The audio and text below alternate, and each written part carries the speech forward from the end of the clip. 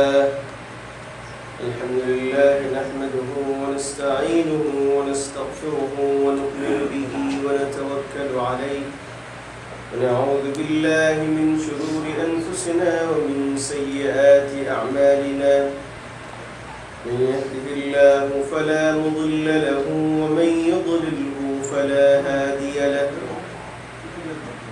ونشهد أن لا إله إلا الله وحده لا شريك له ونشهد أن سيدنا ومولانا محمدا عبده ورسوله أما بعد فقد قال الله تبارك وتعالى أعوذ بالله من الشيطان الرجيم بسم الله الرحمن الرحيم والذين كفروا وكذبوا بآياتنا أولئك أصحاب الجحيم يا أيها الذين آمنوا اذكروا نعمة الله عليكم إذ هم قوم أن يبسطوا إليكم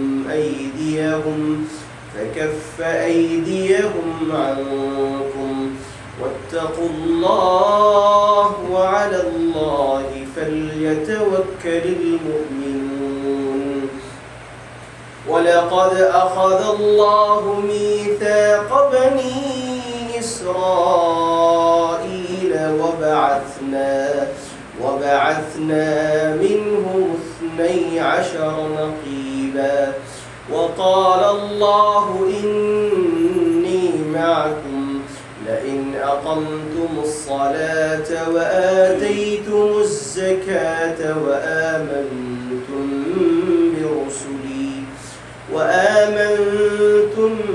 برسلي وعزرتموهم وأقرضتم الله قرضا حسنا لأكفرن عنكم سيئاتكم ولأدخلنكم جنات تجري من تحتها الأنهار فمن كفر بعد ذلك منكم فقد ضل سواء السبيل فبما نقضهم ميثاقهم لعناهم وجعلنا قلوبهم قاسية يحرفون الكلم عن مواضعه ونسوا حظا مما ذكروا به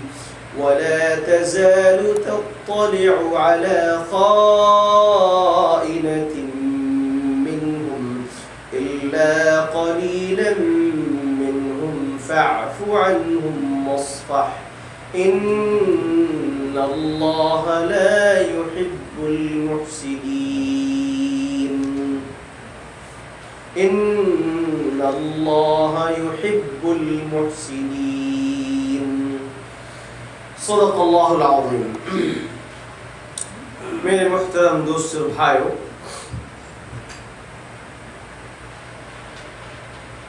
آج کی آیت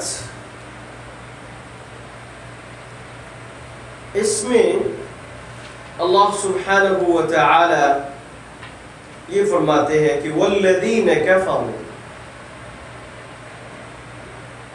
جو لوگ کفر کیا ہے، وَكَذَّبُوا بِآيَاتِنَا، اور میری آیتوں کو جھٹلائے، اولئک اصحاب الجحیم، یہی لوگ جہنم میں. اس آیت کے ساتھ جو پہلے آیت گئی ہے اس کے ساتھ ریلیشن شپ یہ ہے کہ پہلے بات یہ گئی تھی کہ اللہ سبحانہ و تعالی نے ہم سے وعدہ لیا. وعدہ یہ تھا کہ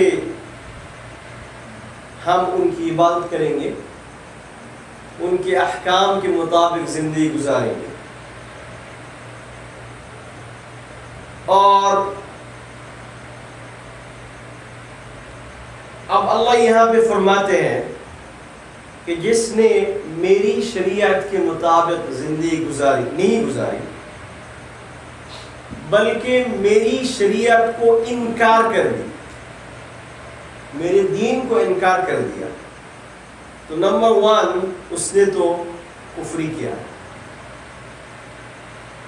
اور اللہ سبحانہ و تعالیٰ فرماتے ہیں اولئک اصحاب الجحیم۔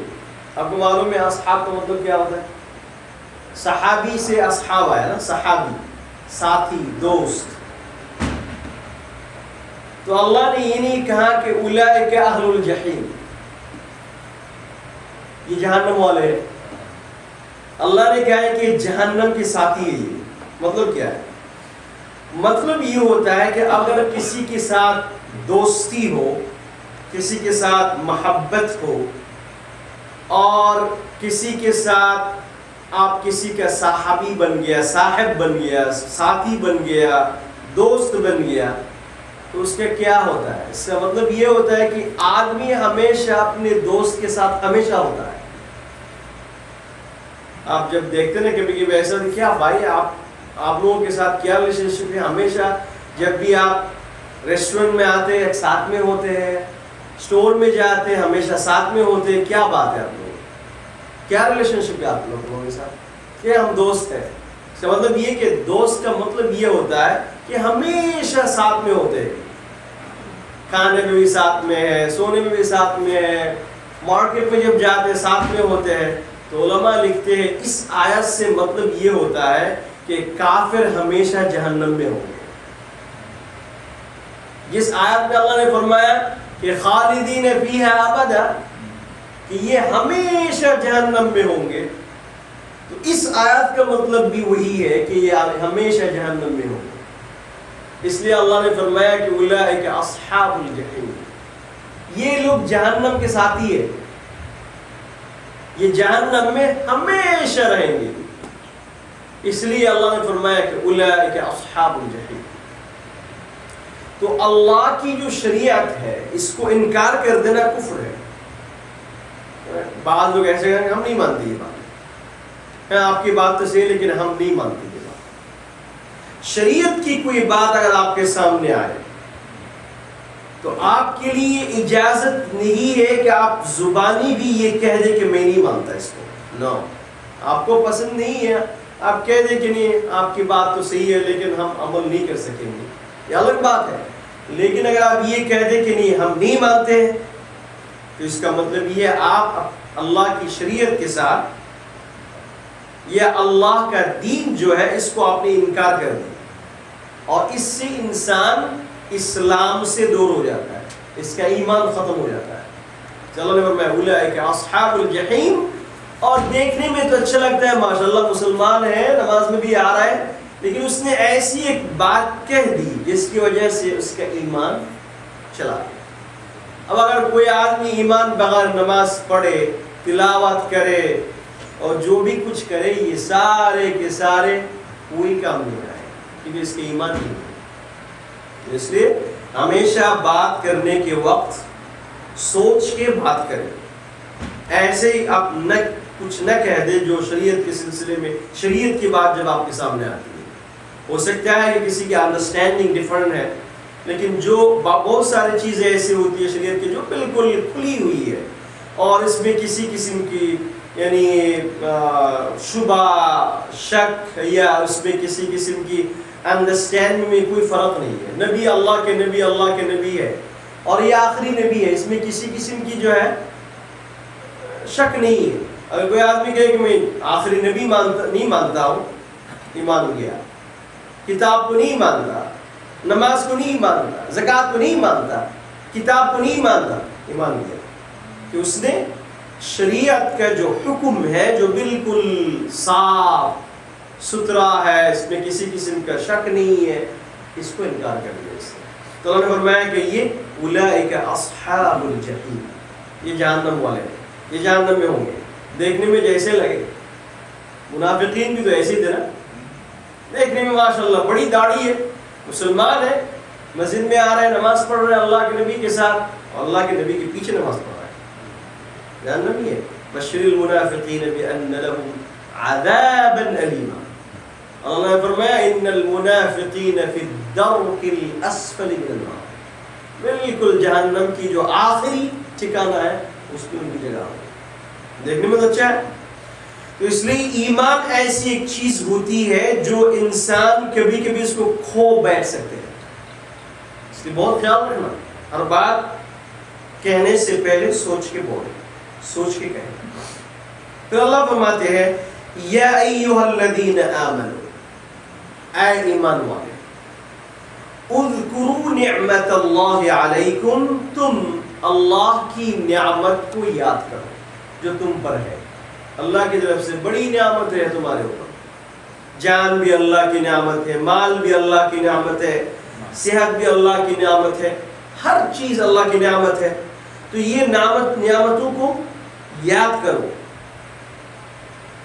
پھر اللہ فرماتے اذ ہم قوم ان یبسطوا الیکم ایدیہم، جبکہ ایک قوم یہ ارادہ کر چکی تھی، ایک قوم، ایک گروپ یہ ارادہ کر چکا تھا کہ ان یبسطوا الیکم ایدیہم، کہ تمہارے اوپر اپنا ہاتھ درازی کرے، تم پر حملہ کرے، تمہیں قتل کر دے. اس کی فکر میں ایک قوم تھی. فَكَفَّ أَيْدِيَهُمْ عَنْكُمْ، پھر اللہ نے ان کے ہاتھ کو روک دیا. یہ بھی اللہ کی بڑی نعمت ہے کہ تمہیں تو تمہاری کوئی حیثیت نہیں تھی مکہ میں تمہاری کوئی حیثیت نہیں، کمزور، ہر طرف سے ظلم. اللہ نے کہا کہ یہ تمہیں جو اس حالت سے بچایا، اور میں ابھی جو تمہیں حالت جس طرف لے کے آیا ہوں یہ میرا کام تھا، تمہاری بس کی بات نہیں تھی. تو اس لیے اس کا شکر ادا کرو، اس کو یاد کرو. اس آیت کی شان نزول میں مفسرین کرام 3 واقعات ذکر کرتے ہیں. ایک نمبر واقعہ یہ ہے کہ ایک دفعہ نبی اکرم صلی اللہ علیہ وسلم اپنے اصحاب کو لے کے کسی جنگ میں گئے، تو واپسی کے وقت تھک گئے کسی جگہ پہ. تو نبی اکرم صلی اللہ علیہ وسلم نے اس اصحاب کو، صحابہ کرام کو حکم دیا کہ ایک کام کرتے ہیں، ہم تھوڑا سا یہاں پہ آرام کر لیتے ہیں. تو صحابہ کرام رضوان اللہ تعالی علیہم اجمعین اپنی اپنی جگہ پر جا کے سو گئے، آرام فرما رہے تھے. نبی اکرم صلی اللہ علیہ وسلم بھی ایک درخت کے نیچے جا کے آرام فرما رہے تھے. تو آرام کے وقت نبی اکرم صلی اللہ علیہ وسلم نے جو ہے اپنا تلوار جو ہے ایک درخت کی شاخ کے اوپر لٹکا دیا، اور نبی اکرم صلی اللہ علیہ وسلم آرام فرما رہے تھے. ایک اعرابی بیدوین اس نے دیکھا کہ محمد صلی اللہ علیہ وسلم سو رہے ہیں اور تمام صحابہ کرام سو رہے اپنی اپنی جگہ پر، اور نبی اکرم صلی اللہ علیہ وسلم بھی بے خیال، مطلب یہ کہ سو رہے، آرام فرما رہے تھے، اور تلوار اوپر چھوڑ دیا. اس نے دیکھا یہ تو ابھی چانس ہے، محمد صلی اللہ علیہ وسلم کو ختم کرنے کا وقت آیا. وہ آیا، چپ چاپ کر کے آیا، اور اس نے تلوار ہاتھ میں لے کے محمد صلی اللہ علیہ وسلم سے خطاب کر کے کہا کہ من منعک منی الان، من یمنعنی، من یمنعک منی الان، بتاؤ تمہیں کون حفاظت کرے گا. نبی اکرم صلی اللہ علیہ وسلم کے ہاتھ میں کچھ بھی نہیں ہے، صحابہ کرام اپنے اپنی جگہ پہ سو رہے ہیں. اب اس حالت میں اس نے کہا تلوار میرے ہاتھ میں ہے، اور اب تم بتاؤ مجھے کہ تمہارے لیے کون سا انسان ایسا ہے کہ تم مجھ سے بچ سکتے ہو. نبی اکرم صلی اللہ علیہ وسلم کے ایمان آپ دیکھیں، کچھ نہیں ہاتھ میں. صحابہ کرام سارے سو رہے ہیں اور اس آدمی کے ہاتھ میں تلوار ہے اور یہ کسی بھی ٹائم میں نبی اکرم صلی اللہ علیہ وسلم کے اوپر حملہ کر سکتا ہے اور نبی اکرم صلی اللہ علیہ وسلم کو ختم کر سکتا ہے. نبی اکرم صلی اللہ علیہ وسلم نے فرمایا اللہ یمنعنی، اللہ سبحانہ و تعالی میری حفاظت فرمائے. محدثین کرام لکھتے ہیں کہ نبی اکرم صلی اللہ علیہ وسلم نے کبھی، صحابہ کرام نے ذکر کیا کہ کبھی سوچا بھی نہیں وسلم نے کہ میں کیا بولوں. فوراً نبی اکرم صلی اللہ علیہ وسلم کی زبان مبارک سے یہ بات آئی اللہ یمنعنی، اللہ مجھے حفاظت فرمائے. اس آدمی نے پھر پوچھا من یمنعنی منک الان، من یمنعک منی الان، بتاؤ تمہیں اب کون حفاظت کرے گا. نبی اکرم صلی اللہ علیہ وسلم نے پھر دوبارہ کہا اللہ یمنعنی منک، اللہ مجھے حفاظت فرمائے. کتنا ایمان ہے. اللہ سبحانہ و تعالی یہی ایمان ہم سے چاہتے ہیں. اللہ سبحانہ و تعالی یہ ہم سے چاہتے ہیں کہ نبی اکرم صلی اللہ علیہ وسلم اس دنیا میں آئے ہمارے لیے ماڈل بن کے کہ تمہارا ایمان بھی ایسا ہوگا، یقین بھی ایسا ہوگا، توکل بھی ایسا ہوگا، ہر کام نبی کی سنت کے مطابق ہوگا. جب 3 دفعہ اس آدمی نے پوچھا اور نبی اکرم صلی اللہ علیہ وسلم نے یہ کہا کہ اللہ یمنعنی منک، اللہ سبحانہ و تعالی میری حفاظت فرمائیں گے، یہ آدمی کے دل میں اتنا رعب اللہ نے ڈالا اور اس کا ہاتھ کانپنا شروع کیا اور اسی وقت تلوار گر گیا اور وہ بیٹھ گئے.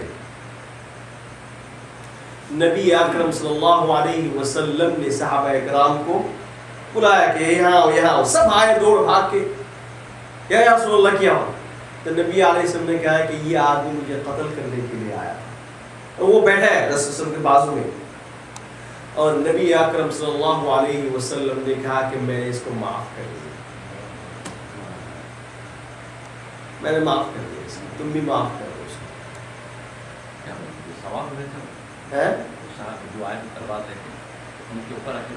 نبی اکرم صلی اللہ علیہ وسلم کے اوپر حملہ کرنے کے لیے تلوار دکھا رہا ہے اور جب وہ اس نے گر گیا اور تلوار بھی ہاتھ سے نکل گیا تو آپ بازو میں جا کے بیٹھ گئے رسول اللہ سامنے، کچھ نہیں کرنے پا رہے نا. تو نبی علیہ الصلوۃ والسلام نے اب صحابہ کرام کو دکھانے کے لیے، کیونکہ یہ ایمان کا سبق ہے نا، اللہ کے نبی کا کام تو یہی تھا کہ صحابہ کرام کا ایمان بڑھائے اور صحابہ کرام کو دکھائے کہ اللہ کی قدرت کتنی بڑی ہوتی ہے. بلایا سب کو کہ دیکھو اس آدمی مجھے قتل کرنے کے لیے آیا، اور اس آدمی نے بھی کہا کہ میں محمد صلی اللہ علیہ وسلم کو قتل کرنے کے لیے ہی آیا تھا لیکن مجھ سے نہیں ہو سکا.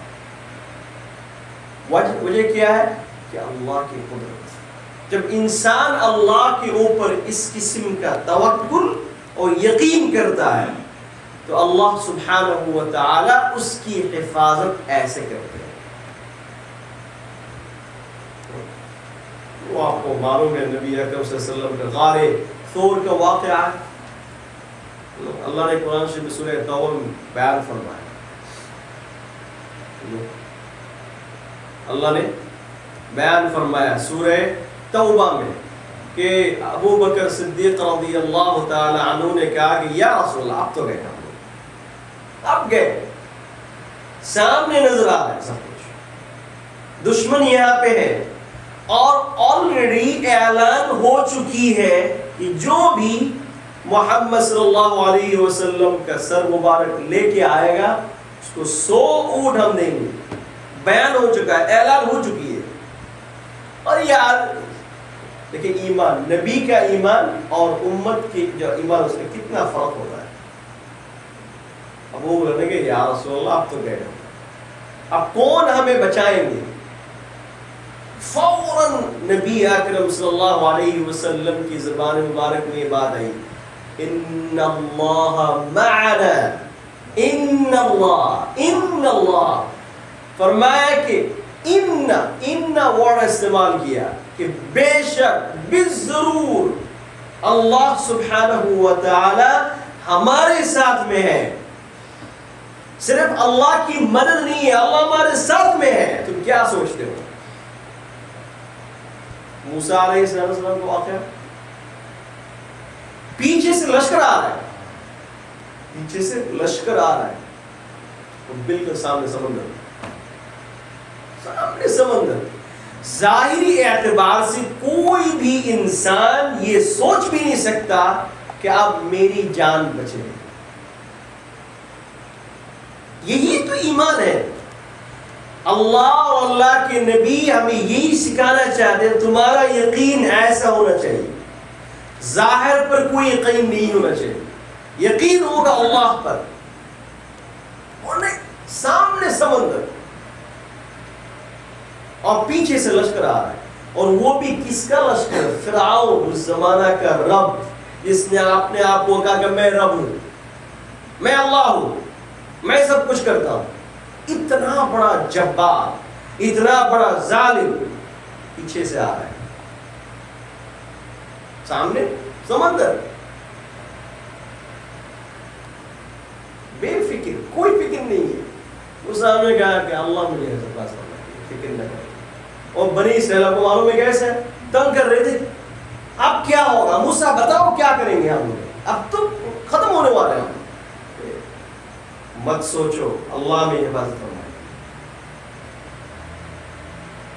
حفاظت نہیں فرمائے. سے مفسرین کرام لکھتے ہیں کہ جب موسیٰ علیہ السلام نے اپنی لاٹھی مبارک کو پانی میں مارا تو ایک ایک قوم کے لیے ایک ایک راستہ بنا، ایک ایک 12 نقیبہ، بیان کہ ان کے اندر 12 جماعتیں تھیں، ان کے لیے الگ الگ راستہ بنا. اور یہ بھی مفسرین کرام لکھتے ہیں کہ یہ پانی بالکل آئس بن گیا، دروازہ یعنی بالکل بیچ میں وال بن گیا. اور ایسا بھی نہیں ہے ایک دوسرے کو دیکھ رہے کہ یہ جا رہے، یہ بھی جا رہے، یہ بھی جا رہے، تاکہ دل میں یہ شبہ نہ ہو کہ ہم تو بچ گئے، ہمارے جو دوسرے بھائی وہ تو نہیں بچ جائے. بالکل ونڈو بھی اللہ پیدا کرے کہ دیکھ وہ بھی جا رہے، تم بھی جا رہے. اچھا اگر آپ بیچ میں سے پانی بند کر دیں، لیکن کیچڑ تو ہوگی، وہ بھی نہیں تھا، بالکل سکھا راستہ. اور اللہ کے نبی وہاں سے اپنے لشکر کو لے کے نکلے. تو اس لیے یہ کس کے اوپر، یہ کس وجہ سے یہ مدد ملی ہے؟ وہ جو وقی یقین، توکل، یہ اللہ پر اللہ کریں گے.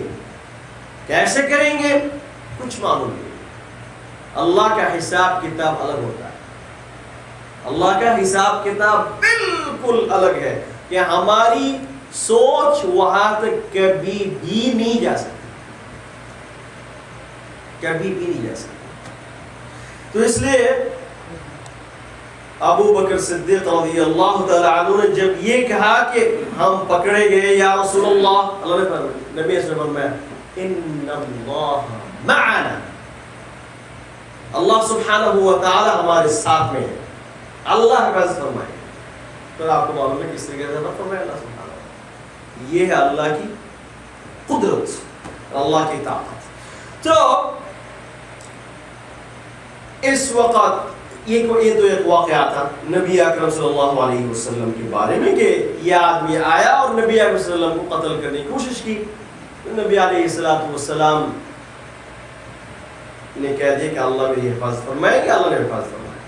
تو اللہ نے یہاں پہ یہ فرمایا کہ یہ بھی تمہارے لیے بہت بڑی نعمت تھی. اچھا آپ کہیں گے یہ تو نبی اکرم صلی اللہ علیہ وسلم کی نعمت ہے، ہمارے لیے کیا نعمت ہے؟ تو نبی اکرم صلی اللہ علیہ وسلم کی جان بچ گئی تو یہ تو محمد صلی اللہ علیہ وسلم کے لیے نعمت ملی، ہم لوگوں کے لیے کیا؟ سبحان اللہ بحمدہ، نبی اکرم صلی اللہ علیہ وسلم کی جان ہمارے لیے سب سے بڑی نعمت ہے. اس جان بچنے کی وجہ سے تو آج ہمیں دین ملا ہے.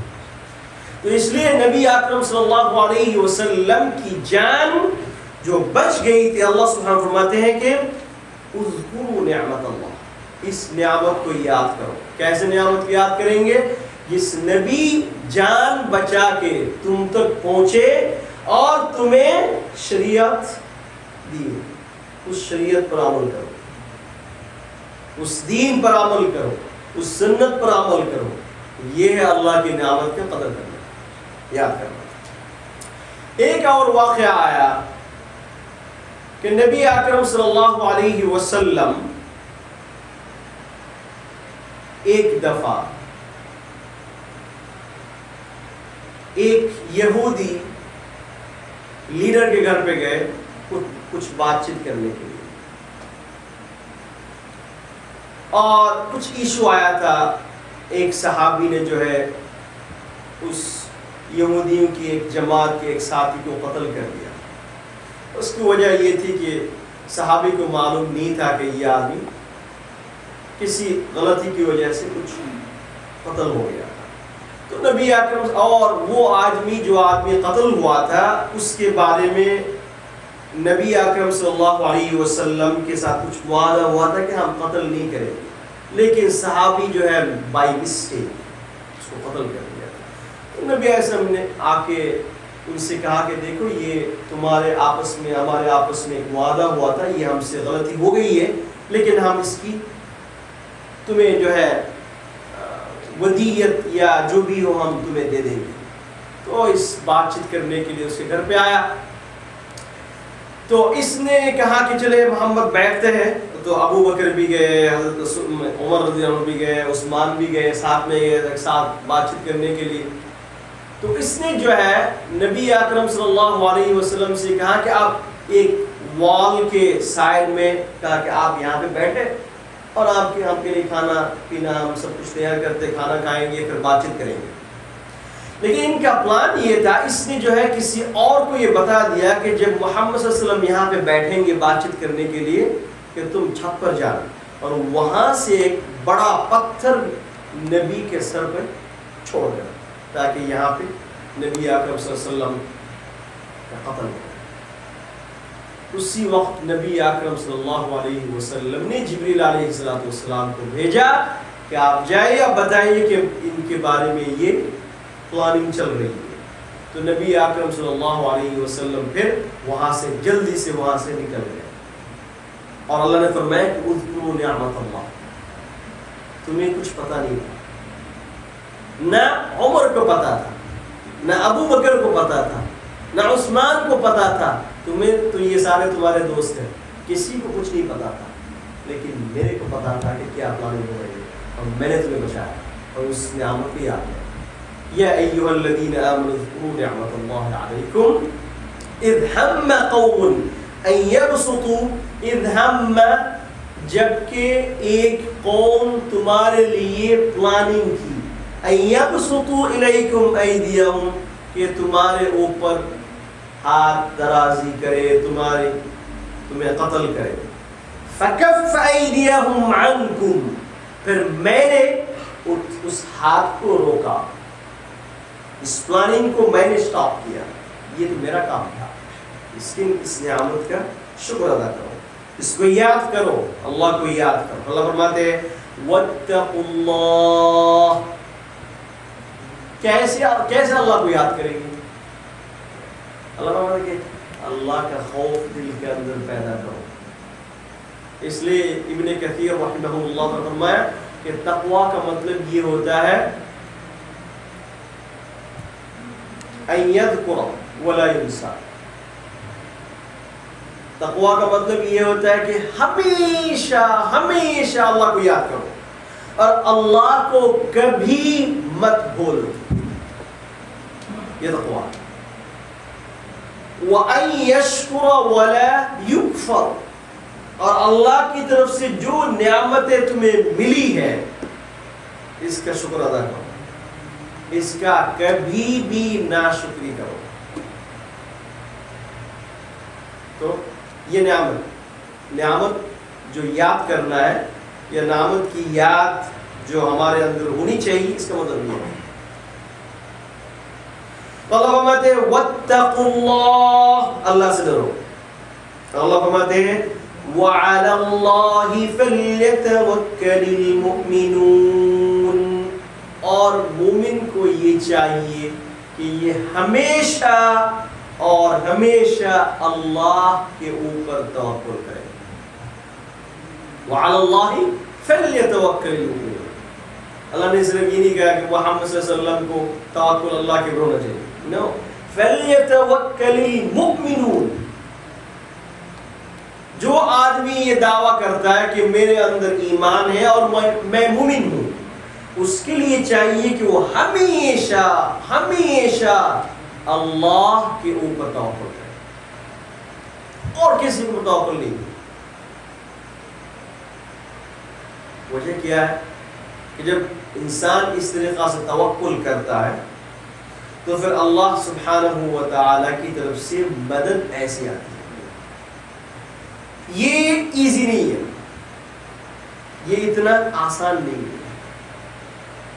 آسان کیسے آپ کریں گے جہاں پہ ہر چیز ہمارے سامنے ہے؟ ہمیں یہ نظر آتا ہے کہ ہم یہ کریں گے تو یہ ہوگا، یہ نہیں کریں گے تو یہ نہیں ہوگا۔ ہمارا توکل اسباب پر ہے، اسباب کا استعمال کرنا منع نہیں ہے، اسباب کا استعمال کرنا منع نہیں ہے، جاب کرنا منع نہیں ہے، بزنس کرنا منع نہیں ہے، ٹھیک ہے، دوا کھانا منع نہیں ہے، لیکن توکل اس پر نہیں ہوگا۔ توکل ہوگا اللہ کے اوپر۔ جیسے ہم نے وہ فضائل اعمال میں ایک قصہ شیخ الحدیث زکریا رحمہ اللہ نے بیان فرمایا، وہ بہت مشہور ہے، ہمارے تبلیغی ساتھی ہمیشہ بولتے رہتے ہیں کہ موسیٰ علیہ السلام نے کہا اللہ میرے پیٹ میں درد ہوا، درد شروع ہوا، مجھے کچھ دوا چاہیے۔ تو اللہ نے کہا کہ وہ فلاں درخت جو ہے اس کا پتا کھا لو، جاؤ کھا لیا۔ اب موسیٰ علیہ السلام کے ذہن میں بات آئی کہ پھر نیکسٹ ٹائم جب بھی کسی قسم کا پرابلم ہوگا میں وایا کھا لوں گا۔ جیسے ہمارے اندر ہوتا ہے نا، ڈاکٹر نے ایک میڈیسن لکھ دی، آپ اس ذہن میں یہ بات ہے کہ ماشاءاللہ اب تو مل گیا، اب پریسکرپشن کی ضرورت نہیں، جب بھی کوئی ضرورت پیش آئے گی میں لے لوں گا۔ اس کو معلوم نہیں ہے کہ اب تو یہ میڈیسن کام ہو گیا، کیونکہ اس کا ایک پرابلم تھا، ہو سکتا ہے کہ بعد میں کام نہ آئے، ایسا بھی ہو سکتا ہے، ٹھیک ہے نا۔ اس کی وجہ آپ اگر میرے کو آپ پوچھیں گے کیونکہ میرا ایمان کا وہ نہیں ہے، وہ تو کسی اور وجہ سے کام نہیں ہوا، لیکن اگر ایمان والا آدمی ہو وہ کیا کہیں گے نہیں یہ اللہ کا منظور نہیں تھا، اس کے اندر اللہ سبحانہ و تعالی نہیں چاہتے تھے، جس کی وجہ سے ایسا نہیں ہوا۔ تو اللہ سبحانہ و تعالی موسیٰ علیہ السلام کو کچھ لیسن دینا چاہتے ہیں کہ دیکھو تم جو سوچ رہے ہو ایسا نہیں ہو سکتا۔ دوبارہ پیٹ میں ایسا درد شروع ہوا تو جا کے بس کھا لیا، اب تو کچھ نہیں ہو رہا، اور بھی بڑھ رہا ہے، اور بھی زیادہ ہو رہا ہے۔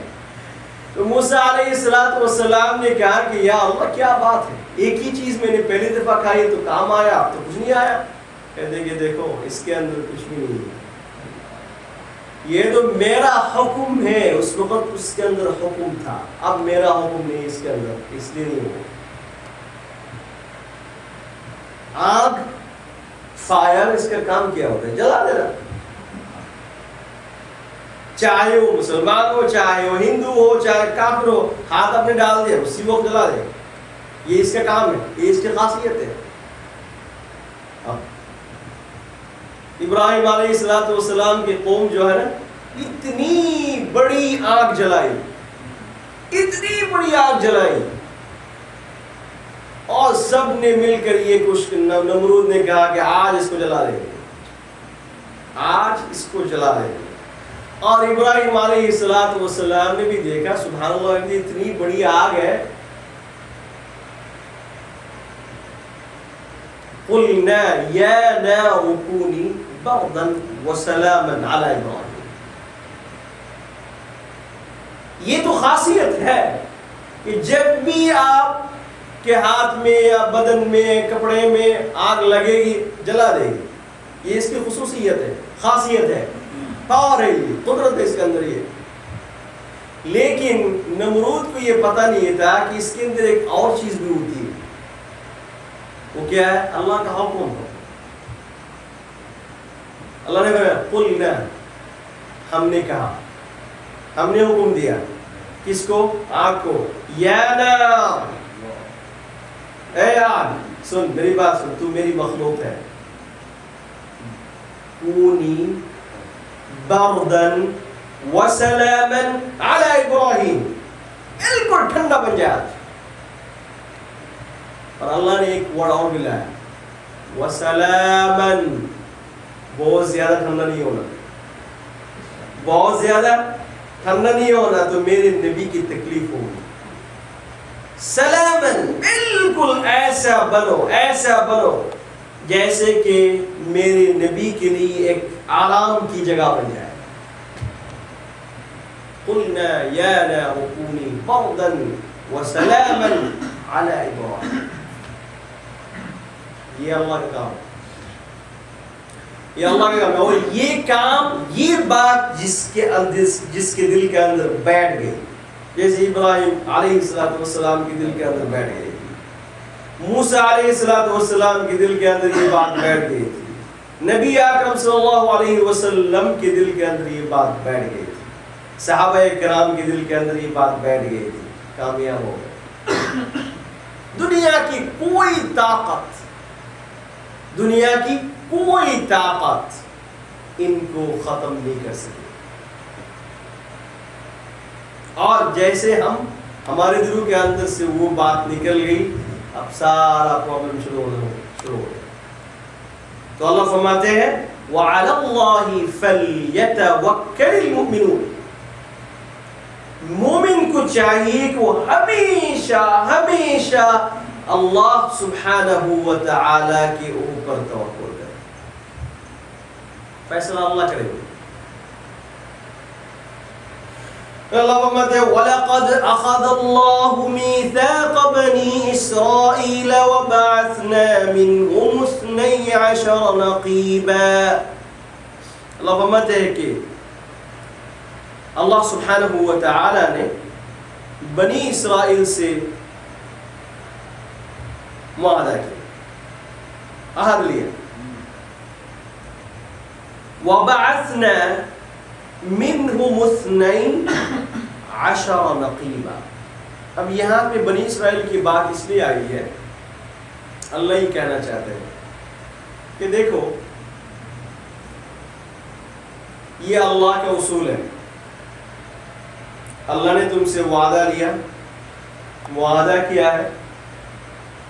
اب اگر تم اس معاہدہ کو پورا کرو گے تو اللہ تمہیں مدد فرمائیں گے، اور اگر تم اس معاہدہ پر نہیں اترے، معاہدہ کو پورا نہیں کیا، تو پھر تمہارے اوپر اللہ کی طرف سے مصیبت آئے گی، اللہ کے اوپر، اللہ کی طرف سے تمہارے اوپر عذاب آئے گا. پھر اللہ ایک مثال پیش کر رہے ہیں یہاں پہ، بنی اسرائیل کی مثال کہ ان کی بات سنو. یہ تم سے پہلے آئے تھے یہ قوم، اور اللہ نے بھی ان سے وعدہ لیا تھا، معاہدہ کیا تھا کہ نبی جب آئیں گے ان کی بات سنیں گے، ان کی باتوں پر عمل کریں گے، ان کی شریعت پر عمل کریں گے. نہیں کیا تو اللہ نے ان کو کتنا بڑا عذاب دیا ہے. یہ سنو، اللہ فرماتے ہیں وَلَقَدْ أَخَذَ اللَّهُ مِيثَاقَ بَنِي إِسْرَائِيلَ. اللہ نے معاہدہ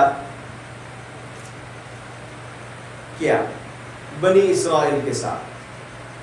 وَبَعَثْنَا، اور اللہ نے مقرر کیا ان میں سے 12 آدمی کو نقیب سردار. ہمیں معلوم ہے کہ بنی اسرائیل میں 12 جماعتیں تھیں. اب اللہ نے ان میں سے 12 آدمی کو ان کا لیڈر بنایا. ایک آدمی کو چنا، یہ تم اس گروپ کا لیڈر تم ہو. اس گروپ کا تم نے. نقیب ان کا مطلب یہ ہوتا ہے نگہبان. ان کا کام یہ تھا کہ محمد صلی اللہ علیہ وسلم جو شریعت لے کے آئے یا موسیٰ علیہ السلام جو شریعت لے کے آئے، یہ لوگ صحیح طریقہ سے اس شریعت کے مطابق زندگی گزر رہے ہیں. ویسا تو موسیٰ علیہ السلام نبی تھے، رسول تھے، وہ تو موجود تھے، لیکن موسیٰ علیہ السلام جو ہے ان 12 آدمی کو ذمہ دار بنا دیا کہ تم سے ہم پتہ کریں گے کہ یہ لوگ شریعت پر عمل کر رہے ہیں کہ نہیں. تو اللہ فرماتے ہیں وَبَعَثْنَا مِنْهُمُ اثْنَيْ عَشَرَ نَقِيبًا. اس کا قصہ سامنے آ رہا ہے، وہ نیکسٹ 2 پیج میں آئے گا کہ بنی اسرائیل یہ جو قوم ہے 12 گروپ ہے، ان کو اللہ سبحانہ و تعالیٰ نے کسی ایک قوم کے ساتھ جہاد کرنے کے لیے حکم دیا تھا. وہ بہت بڑی زبردست قوم تھی، وہ بہت طاقتور. سامنے آ رہا ہے قوم جبارین، اللہ سامنے بتائیں گے. تو یہ ان کو کہا تھا کہ تم ان کے ساتھ جہاد کرو، اور آپ سامنے آیت آ رہی ہے، انہوں نے کہا کہ موسیٰ تم بھی جاؤ، تمہارے رب بھی جاؤ، ہم نہیں جائیں گے. یہ سامنے واقعہ آ رہا ہے. تو یہ وہی قوم ہے. تو اللہ فرماتے ہیں کہ وَبَعَثْنَا مِنْهُمُ اثْنَيْ عَشَرَ نَقِيبًا. ان میں سے 12 آدمی کو ہم نے ان کا نگہبان بنایا کہ ان کو ان کی خبر گیری کرے، ان کے بارے میں پتہ کرے.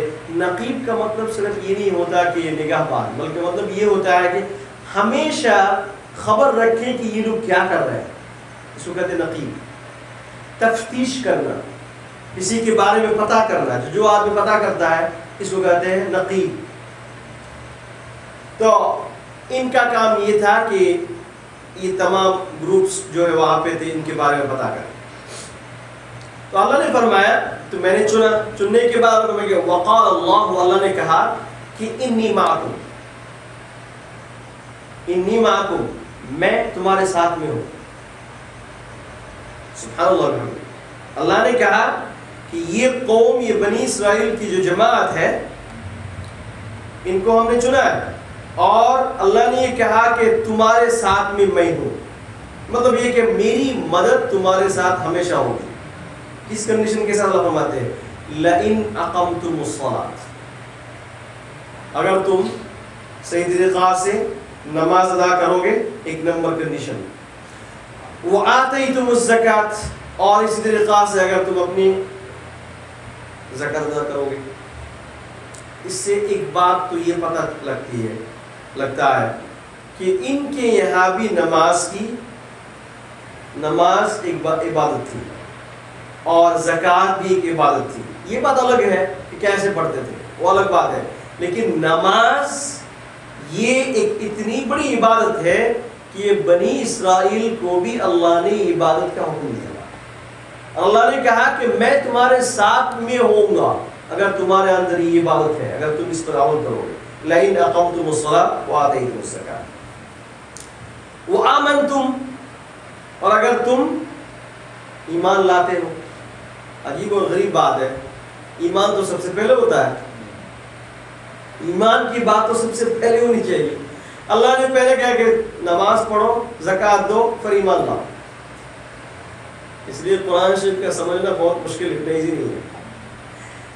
ہمیشہ اللہ سبحانہ و تعالی جب آیات نازل فرماتے کہ اس قوم کی شان کے مطابق نازل فرماتے ہیں، اور اس قوم کے اندر جو نقص اور جو پرابلم ہے اس پرابلم کے مطابق اللہ آیات نازل فرماتے ہیں. تو موسیٰ علیہ السلام کی قوم کو یہ پتا تھا کہ ہم اس وقت تک مومن نہیں بن سکتا جب تک کہ ہم موسیٰ علیہ السلام کے اوپر ایمان نہیں لائیں گے. تو ایمان تو ان کے اندر پہلے سے تھا. پرابلم ان کے اندر یہ تھا کہ یہ نماز نہیں پڑھتے تھے، یہ زکوٰۃ نہیں دیا کرتے تھے. اس لیے اللہ نے سب سے پہلے نماز کے بارے میں بات کی، زکوٰۃ، پھر اس کے بعد ایمان لایا. وہی امپورٹنٹ نہیں ان کے لیے، وہ تم کو تو پتا ہے کہ ایمان لانا ضروری ہے. اس لیے اللہ نے سب سے پہلے نماز کی بات لائی، پھر اس کے بعد زکوٰۃ، پھر اس کے بعد ایمان. تو اس لیے پھر اللہ فرماتے ہیں وَآتَيْتُمُ الزَّكَاةَ وَآمَنْتُمْ بِرُسُلِي، اور جب تم میرے رسولوں پر، سارے رسول جتنے، صرف ایک رسول نہیں کہ تم نے جو ہے صرف موسیٰ علیہ السلام کے اوپر ایمان لے کے آئے ہو بس تم مومن، نہیں، مومن نہیں بن سکتا جب تک کہ تم سے پہلے جو نبی آئے تو ان کو بھی نہ مانو۔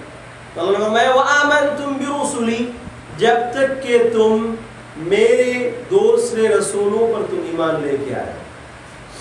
تو اللہ فرماتے ہیں وَعَزَّرْتُمُوهُمْ، اسی طریقہ سے جب تم میرے نبی کی مدد کرو گے، عزر یعزر تعزیرا کا مطلب مدد کرنا، جب تم میرے نبی کی مدد کرو گے۔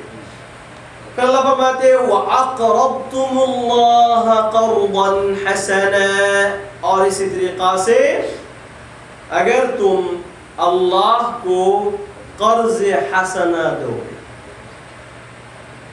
اچھا عجیب بات ہے، زکوٰۃ کی بات تو پہلے آ گئی ہے، پھر اللہ کی فرمایا کہ وَأَقْرَضْتُمُ اللَّهَ